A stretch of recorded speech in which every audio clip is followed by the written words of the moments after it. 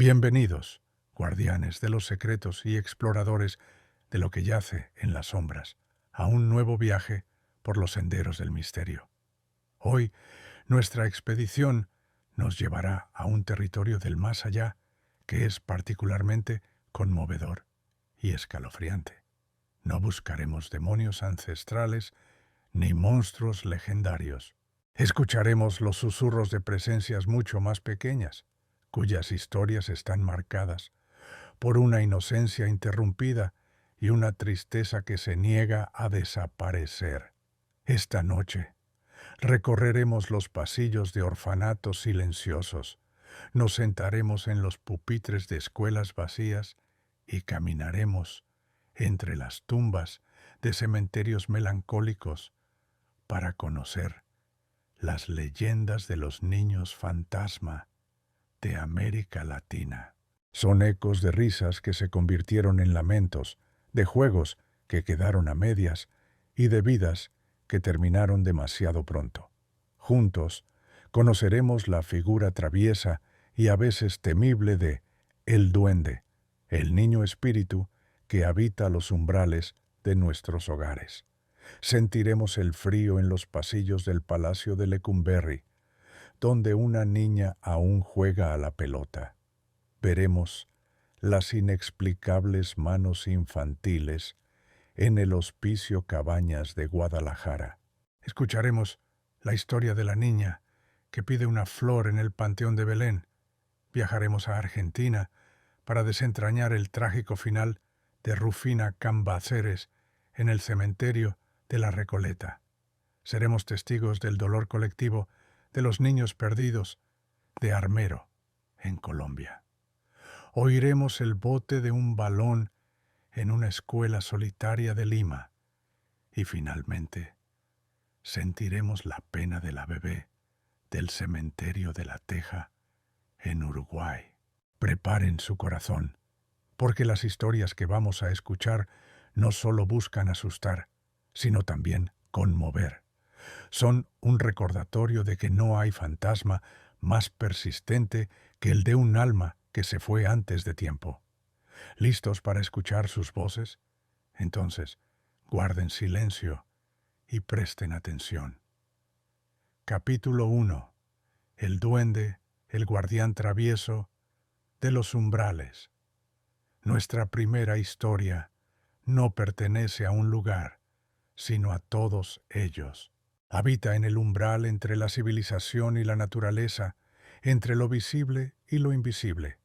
Es una figura tan común en el folclore de América Latina que casi toda familia tiene una historia sobre él. Hablamos de el duende. Imaginen una casa de campo al atardecer. El sol se oculta tras las montañas y la casa se va llenando de sombras. Se escuchan los sonidos de la noche que despierta. De repente, desde la cocina, se cae una cuchara sin que nadie la toque. Un objeto que dejaste en la mesa aparece en el suelo. Sientes una presencia pequeña, rápida, que se mueve justo en el borde de tu visión. No es una rata ni una corriente de aire. Es el duende, el espíritu niño, travieso y a veces malévolo, que ha decidido hacer de tu casa su patio de juegos. El origen de la figura del duende es una fascinante mezcla de creencias europeas y precolombinas. Los conquistadores trajeron consigo las historias de los duendes, gnomos y trasgos del folclore celta e ibérico. Pero en América, esta figura se fusionó con creencias locales sobre espíritus de la naturaleza y, más importantemente, con una idea profundamente arraigada y trágica: el alma de los niños que mueren sin ser bautizados. En la teología católica popular, estos niños, al no poder entrar en el cielo por carecer del sacramento, pero siendo demasiado inocentes para ir al infierno, quedaban atrapados en un limbo, un estado intermedio. Se creía que sus almas vagaban por la tierra, a menudo buscando una figura materna o un hogar. Con el tiempo, Estas almas del limbo se transformaron en los duendes, seres de apariencia infantil, a veces descritos como niños pequeños con un gran sombrero, otras como enanos viejos con cara de niño, condenados a una existencia de travesuras eternas. Las manifestaciones del duende son variadas y dependen de su humor. En su faceta más benévola, es un simple bromista. Esconde las llaves, cambia de lugar los objetos, desordena la ropa, tira de las sábanas por la noche o hace ruidos en el techo. Sus risas infantiles se pueden escuchar en habitaciones vacías. Le encanta trenzar las crines de los caballos, dejando nudos tan apretados que son imposibles de deshacer. Sin embargo, el duende también tiene un lado oscuro.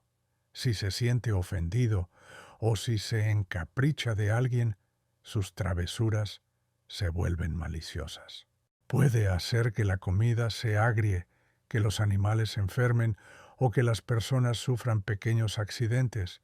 Es especialmente conocido por su obsesión con las mujeres jóvenes de cabello largo, a quienes persigue invisiblemente, susurrándoles al oído y tirando de su ropa.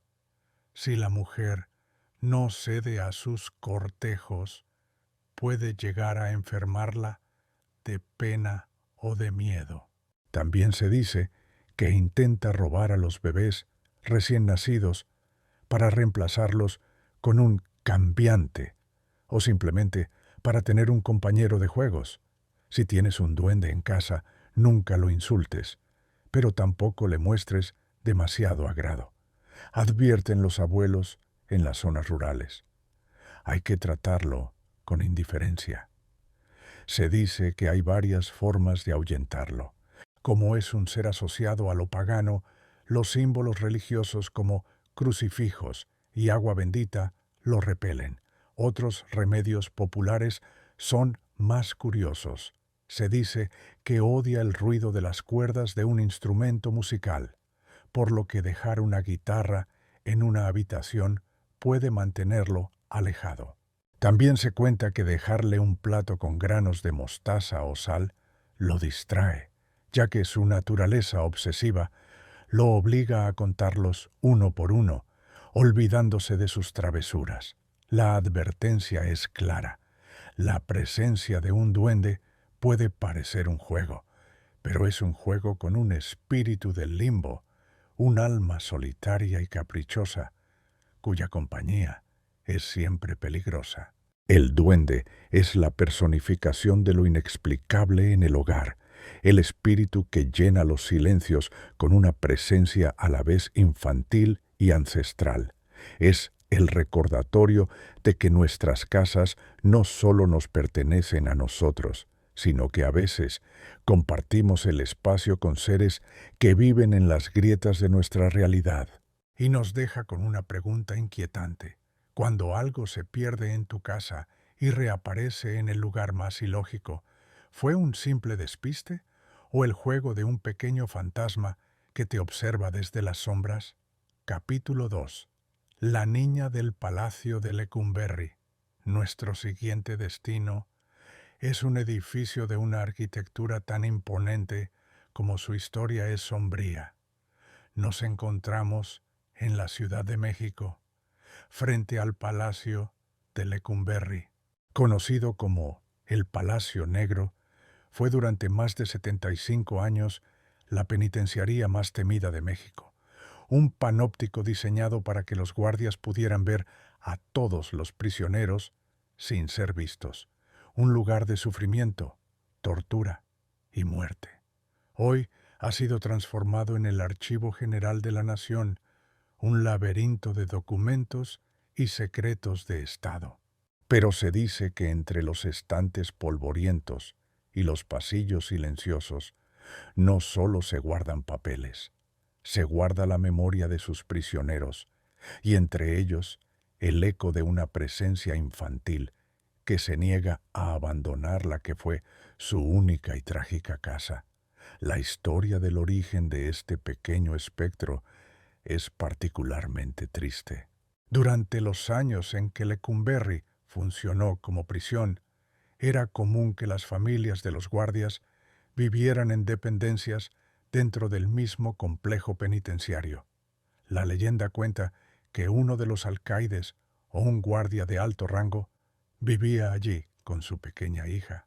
La niña, de unos 7 u 8 años, creció en ese entorno opresivo y su único patio de juegos eran los pasillos y los patios de la prisión.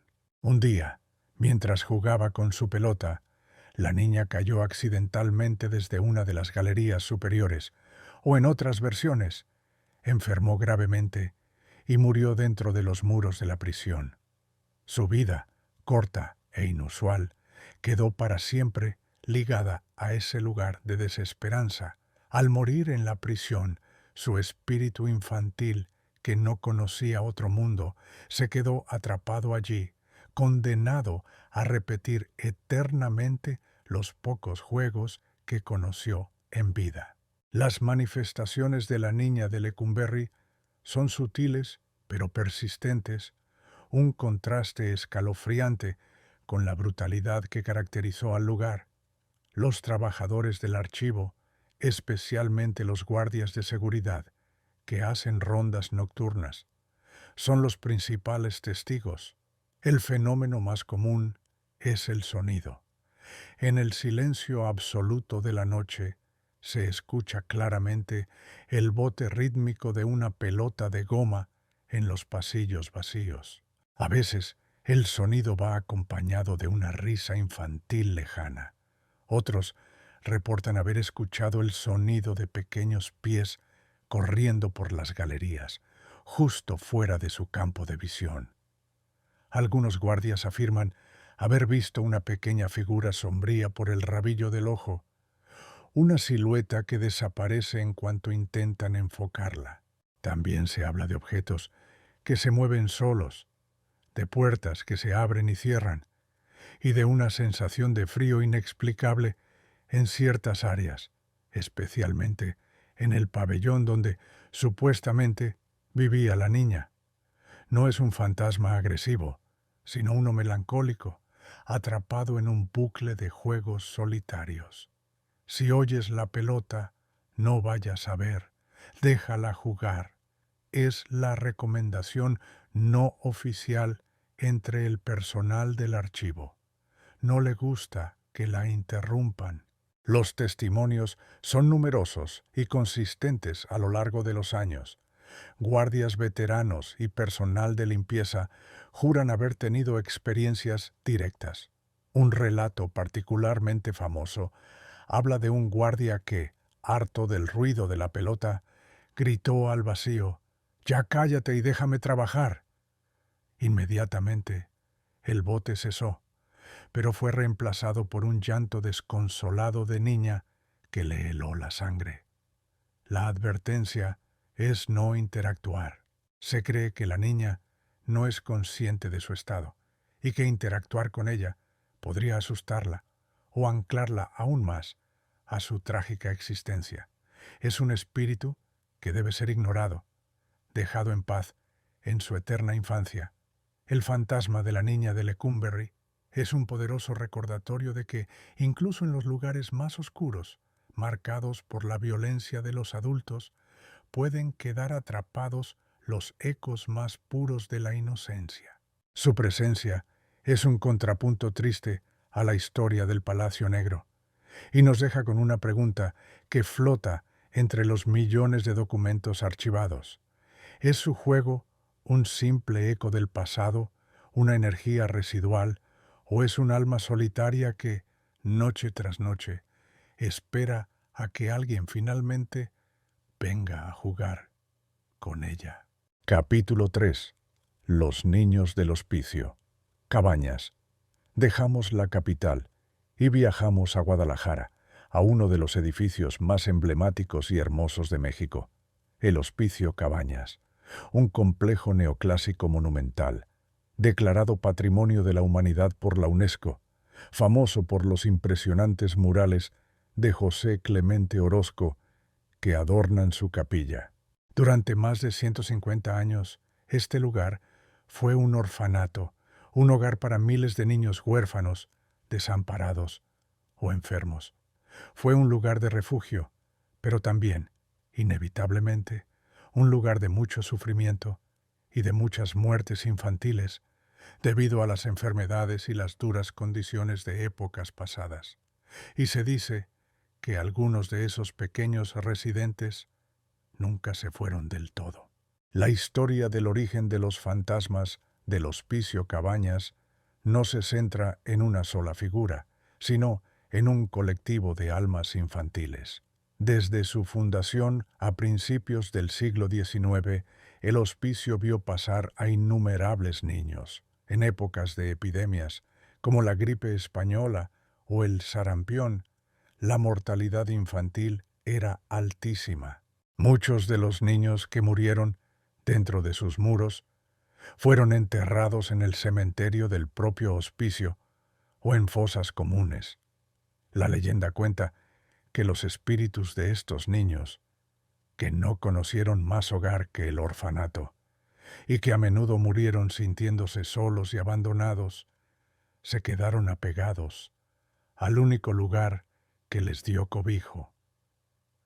Son almas que no buscan venganza, sino consuelo, compañía y continuar con los juegos que la muerte les arrebató. Las manifestaciones de los niños del Cabañas son de las más famosas del panorama paranormal mexicano. Al igual que en Lecumberri, se escuchan risas, llantos y el sonido de canicas rodando por los largos y resonantes pasillos durante la noche. Los guardias de seguridad y el personal de mantenimiento son los testigos habituales de estos fenómenos, pero la manifestación más icónica y visual es la del gran reloj que se encuentra en uno de los patios. Se dice que este reloj, que llevaba años sin funcionar, de repente comenzó a sonar a las 2 de la mañana, la hora en que, según la tradición, morían muchos de los niños enfermos. Cuando los guardias iban a investigar, encontraban el reloj quieto, pero a veces veían pequeñas huellas de manos marcadas en el cristal empañado del reloj, como si los niños hubieran intentado jugar con él. Otra leyenda famosa es la de la Galería de los Lamentos, un pasillo donde se dice que se escuchan los llantos más desgarradores, supuestamente de los niños que eran castigados o que estaban en sus últimos momentos. Visitantes del museo, que hoy ocupa el edificio, han reportado sentir que les tiran de la ropa o sentir el roce de una mano pequeña en la suya, solo para darse la vuelta y no ver a nadie. Ellos solo quieren jugar. No les tengas miedo, tenles lástima, dicen algunos de los guías más antiguos del lugar, que han aprendido a convivir con las presencias. Los testimonios son parte de la identidad del Hospicio Cabañas. Investigadores paranormales han grabado psicofonías con voces infantiles que piden por sus mamás o que simplemente ríen. La advertencia para quienes visitan o trabajan allí es de respeto. Se pide no burlarse de las historias y mantener una actitud compasiva. Se cree que estos espíritus son inofensivos, pero que su tristeza es inmensa. Dejar un juguete o un dulce en uno de los patios es visto por algunos como una ofrenda para calmar sus almas inquietas.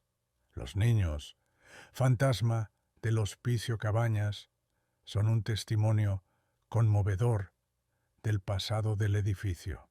Son el alma de un lugar que, a pesar de la belleza de su arquitectura y su arte, fue escenario de innumerables tragedias silenciosas.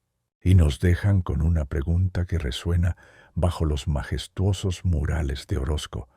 Cuando escuchamos una risa en un pasillo vacío, estamos presenciando un fenómeno paranormal, ¿O es simplemente la memoria de la piedra que se niega a olvidar la alegría y el dolor de los miles de niños que llamaron a este lugar su hogar?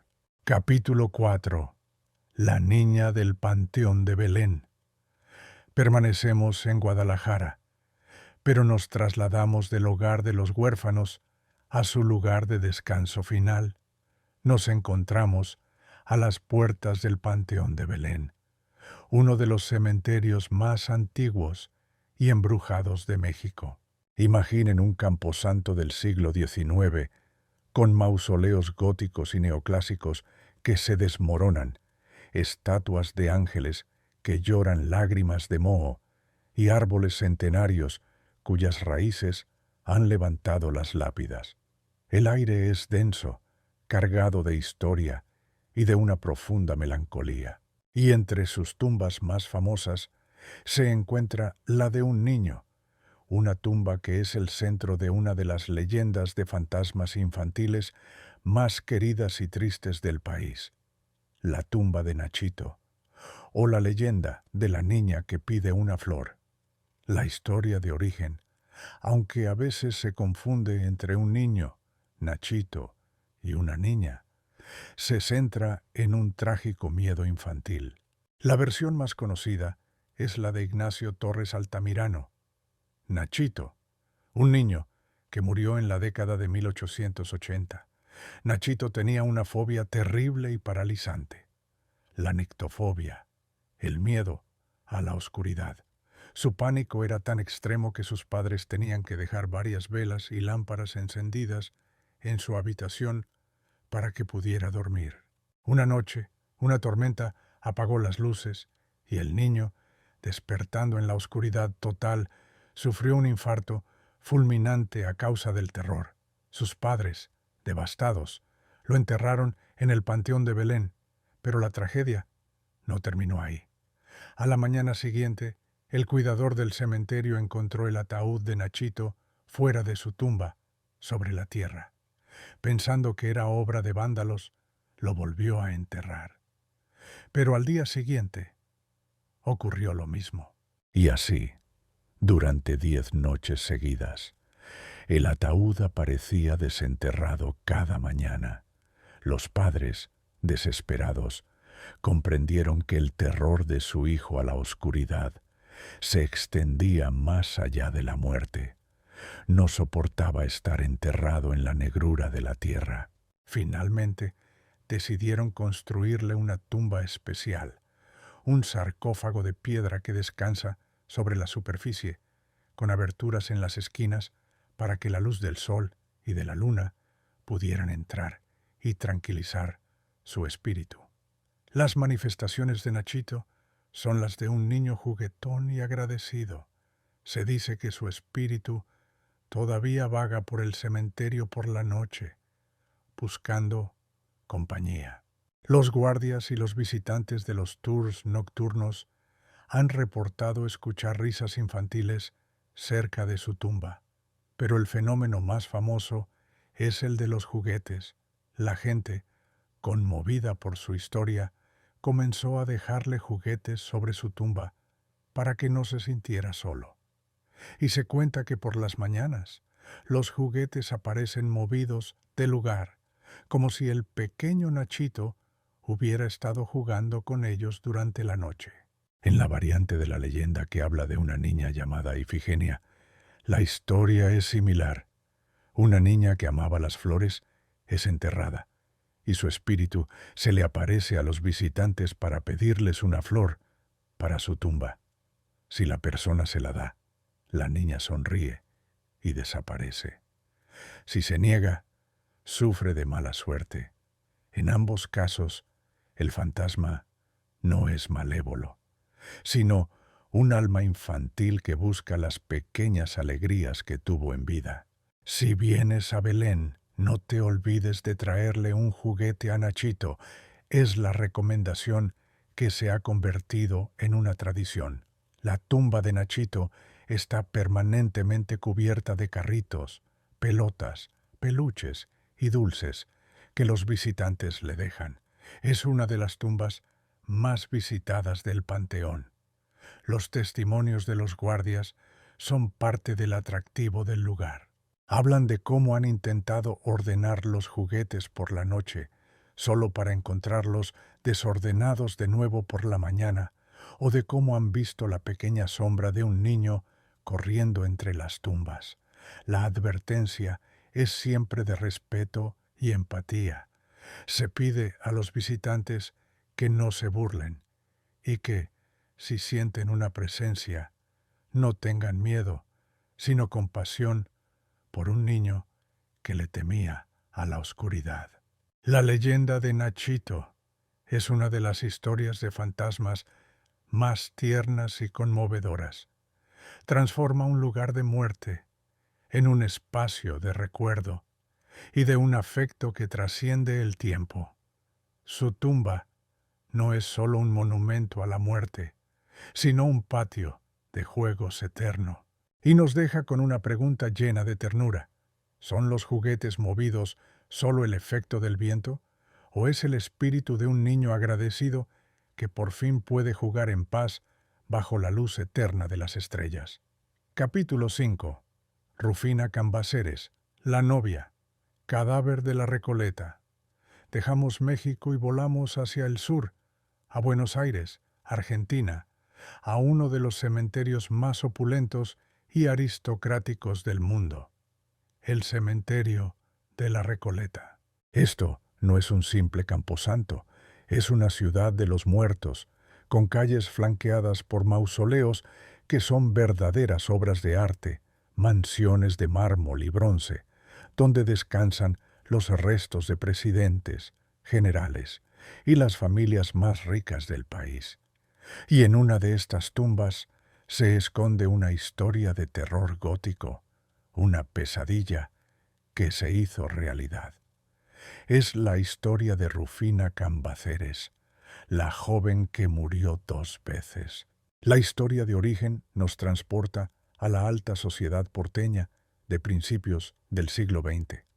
Rufina era la hija del famoso escritor Eugenio Cambaceres y de una bailarina italiana, Luisa Bacicci. Era una joven de una belleza legendaria, preparándose para su debut en sociedad.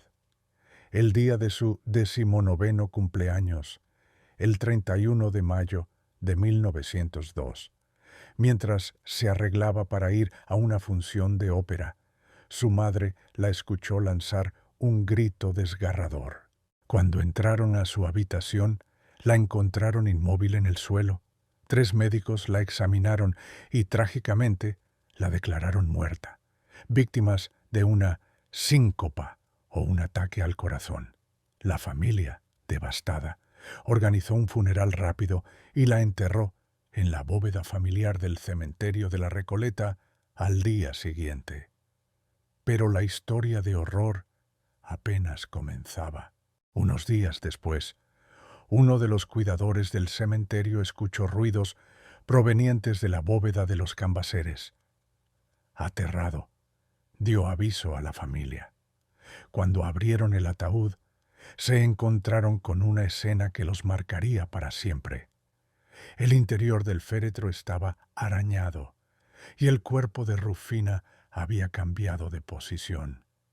Sus manos y su rostro estaban llenos de rasguños y moratones. La terrible verdad se hizo evidente. Rufina no había muerto. Había sufrido un ataque de catalepsia, un estado que imita la muerte, y había sido enterrada viva.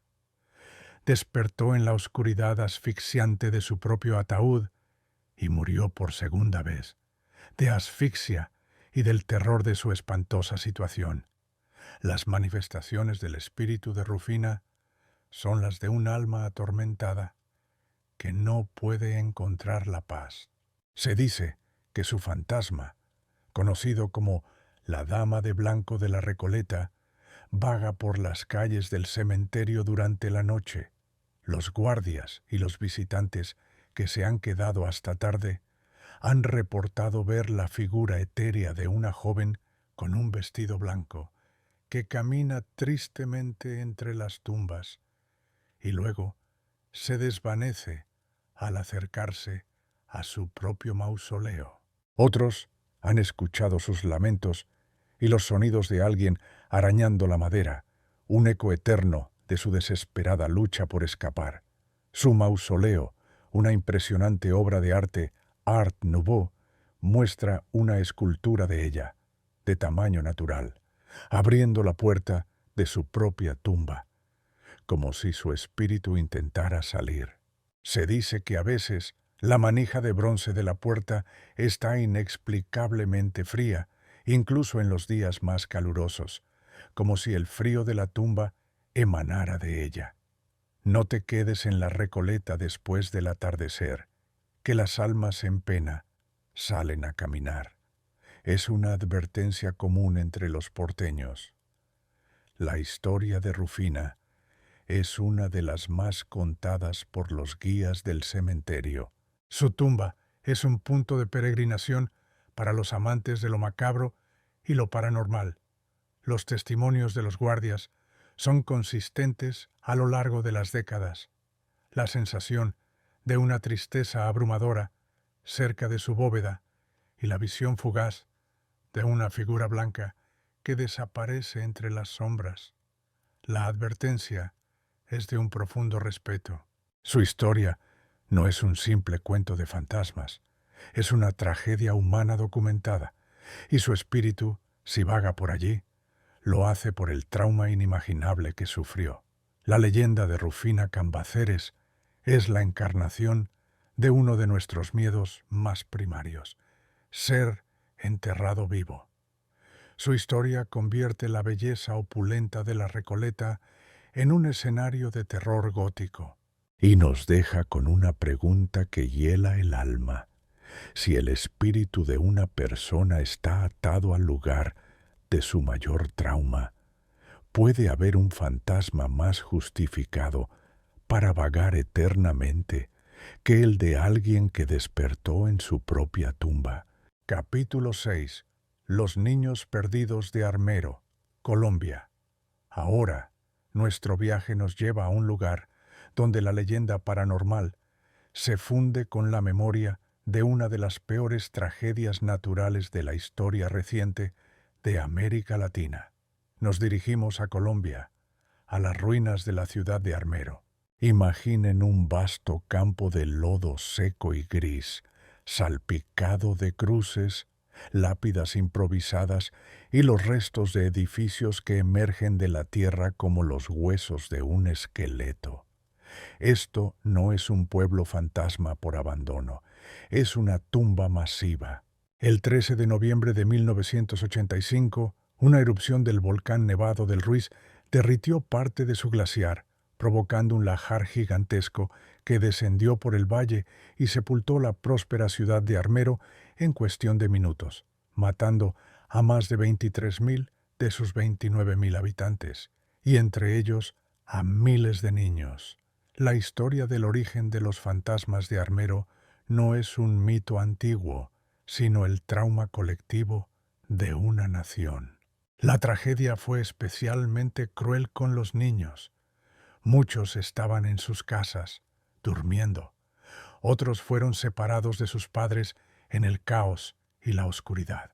La historia de Omaira Sánchez, una niña de 13 años que quedó atrapada en el lodo durante 3 días, con el agua al cuello y cuya agonía fue transmitida al mundo entero, se convirtió en el símbolo del sufrimiento de Armero.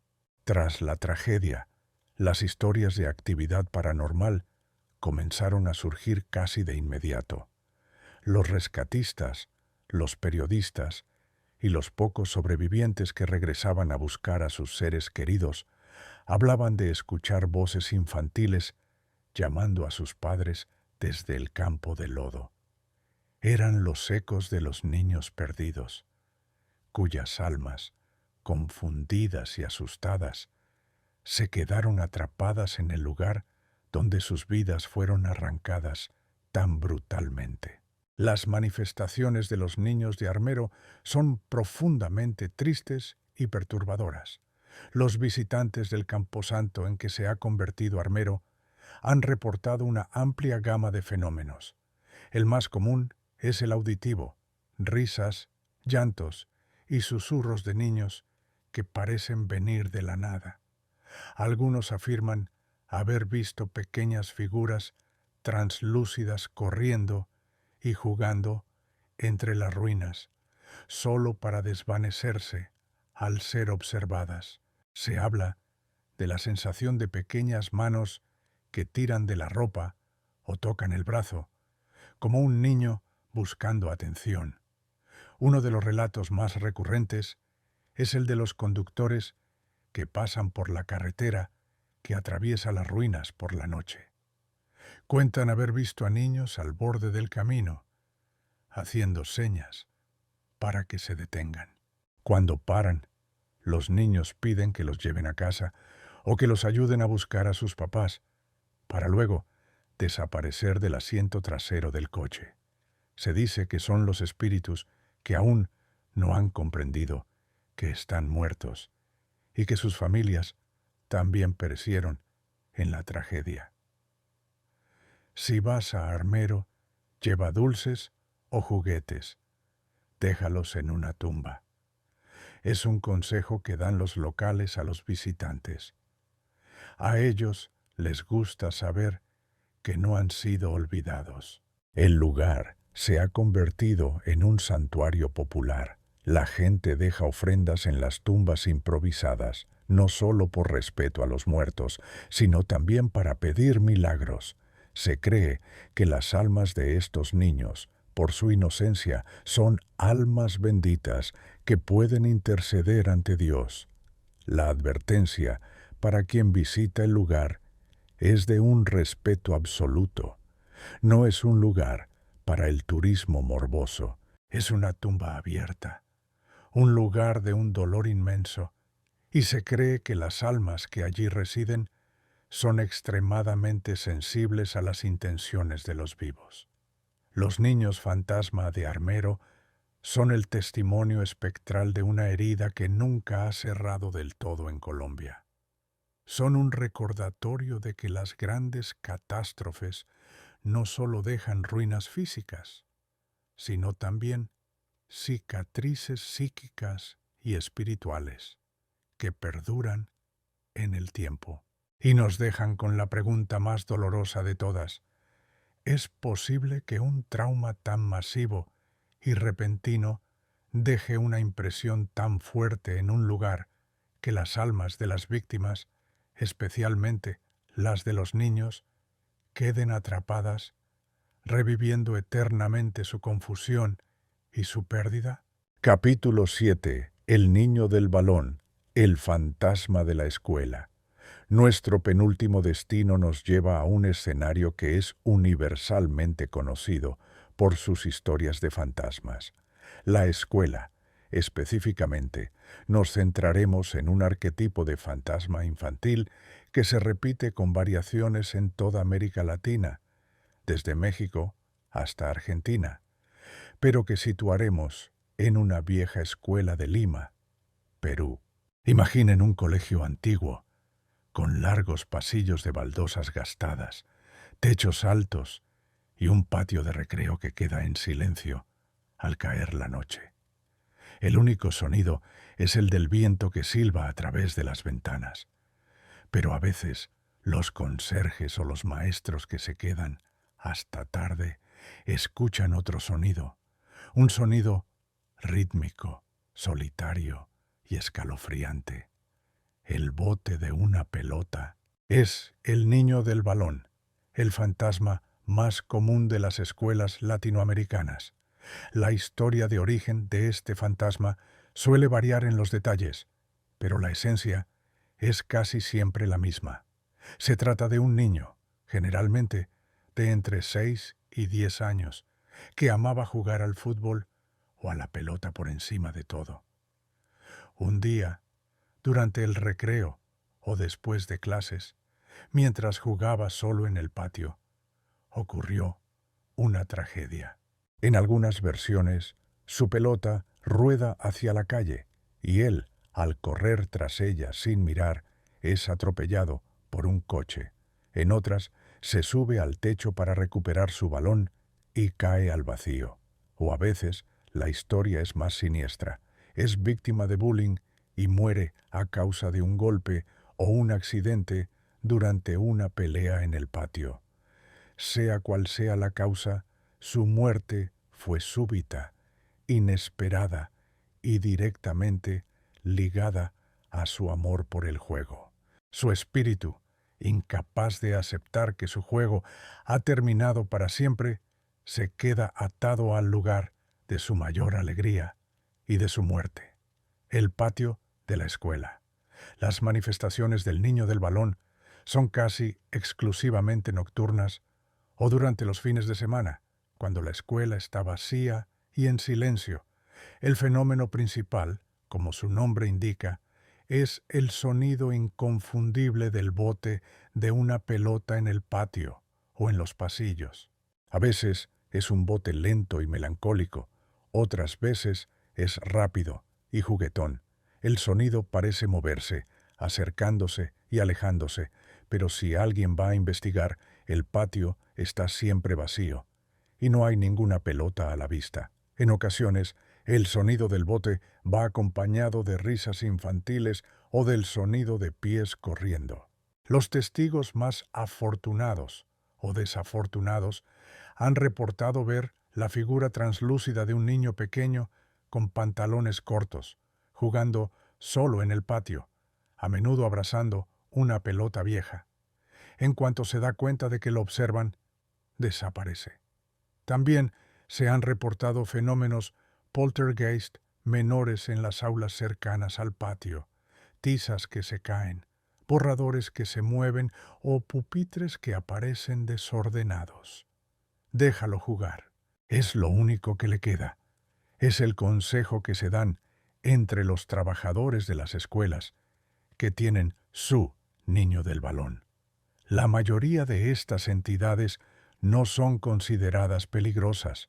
Son fantasmas residuales, atrapados en un bucle de felicidad y tragedia. Se cree que no son conscientes de la presencia de los vivos, o que simplemente buscan un compañero de juegos. La advertencia es no molestarlo ni desafiarlo.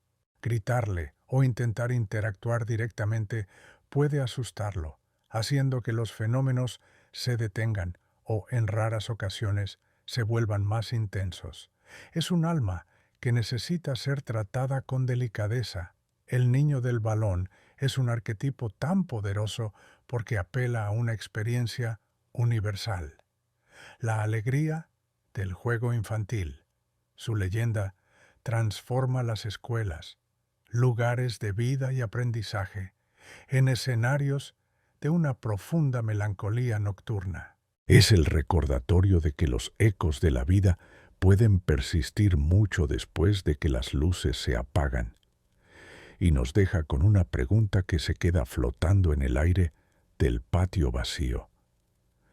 Cuando se escuchan esos ruidos en la noche, ¿son solo los crujidos de un edificio viejo o es el espíritu de un niño que se niega a que suene el timbre final? Capítulo 8. La bebé del cementerio de La Teja, Uruguay. Nuestro último viaje nos lleva al cono sur, a Montevideo, Uruguay, a un cementerio de barrio, el cementerio de La Teja. No es un camposanto monumental como la Recoleta, sino un lugar más humilde, un reflejo de la comunidad obrera a la que sirve. Y aquí, en una pequeña tumba casi olvidada, reside una de las historias más desgarradoras y tiernas de nuestro recorrido. Es la leyenda de la bebé, un espíritu cuya única manifestación es un llanto que busca el consuelo que nunca tuvo. La historia del origen es trágica en su simplicidad. A principios del siglo XX, una joven pareja del barrio de La Teja tuvo una bebé. La niña, sin embargo, nació muy enferma o murió a los pocos días de nacer. Una tragedia muy común en aquella época. Sus padres, con el corazón roto, la enterraron en el cementerio local. La madre, incapaz de superar la pérdida, Iba todos los días a la tumba a llorar y a cantarle a su hija, intentando darle en la muerte el calor que apenas pudo darle en vida. Pasaron los años, la madre envejeció y finalmente murió, reuniéndose, con suerte, con su hija en el más allá. Pero se dice que el espíritu de la bebé, tan pequeña y tan sola, se quedó en el cementerio, y que su llanto todavía se puede escuchar, esperando a la madre que ya no viene a consolarla. Las manifestaciones del fantasma de la bebé son puramente auditivas y profundamente emotivas. Los cuidadores del cementerio y la gente que vive en las casas aledañas son los principales testigos. En las noches tranquilas y silenciosas, especialmente cuando hay niebla o llovizna, se escucha claramente el llanto de un bebé recién nacido. No es un llanto de miedo o de dolor agudo, sino un llanto persistente y desconsolado, el tipo de llanto de un bebé que busca el calor y el abrazo de su madre. El sonido parece no tener un origen fijo. A veces parece venir de una tumba, otras del aire mismo. Quienes lo han escuchado dicen que es un sonido que te parte el alma, que genera una sensación de tristeza y desamparo inmensa, a diferencia de otros fantasmas. No hay apariciones visuales, no hay fenómenos poltergeist, solo el sonido de una pena infinita y primordial.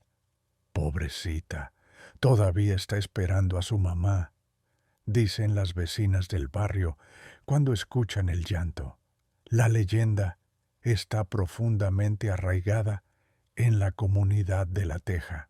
Se ha convertido en una historia que se cuenta para recordar a los que se fueron demasiado pronto. Se dice que algunas mujeres mayores del barrio, al escuchar el llanto, se acercan a los muros del cementerio y cantan una nana en voz baja, en un intento simbólico de consolar al pequeño espíritu. La advertencia, en este caso, no es de peligro, sino de empatía. No hay nada que temer de este fantasma. Su leyenda es una invitación a la compasión, a recordar la fragilidad de la vida y la profundidad del amor maternal. La leyenda de la bebé del cementerio de La Teja es quizás la más simple y pura de todas las que hemos explorado. No hay violencia, no hay venganza, no hay misterio que resolver. Solo hay la expresión más básica del duelo, el llanto de un bebé que se siente solo en la oscuridad. Y nos deja con la pregunta más tierna y triste de nuestro viaje. ¿Es el llanto que se escucha solo el juego del viento entre las tumbas? ¿O es el eco de un amor tan fuerte que ni siquiera la muerte ha podido silenciarlo por completo? Nuestro recorrido por los rincones más melancólicos de América Latina ha llegado a su fin. Hemos escuchado las risas y los llantos que resuenan en pasillos vacíos. Hemos sentido el frío de presencias que juegan en la oscuridad y hemos sido testigos del dolor de almas que se niegan a crecer y a partir, desde el travieso duende hasta la desconsolada bebé de La Teja.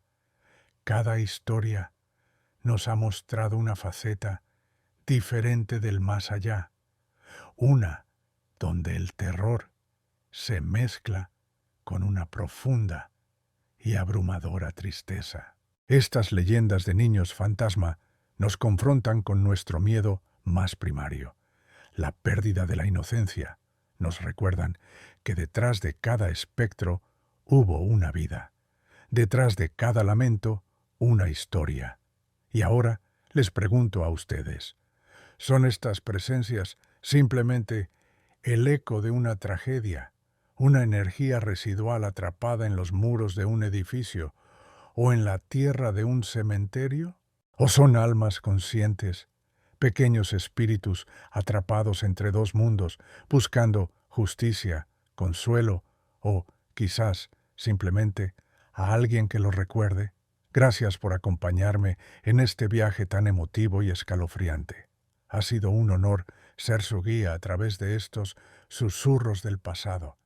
Si estas historias los conmovieron, dejen un me gusta para honrar la memoria de estos pequeños espectros.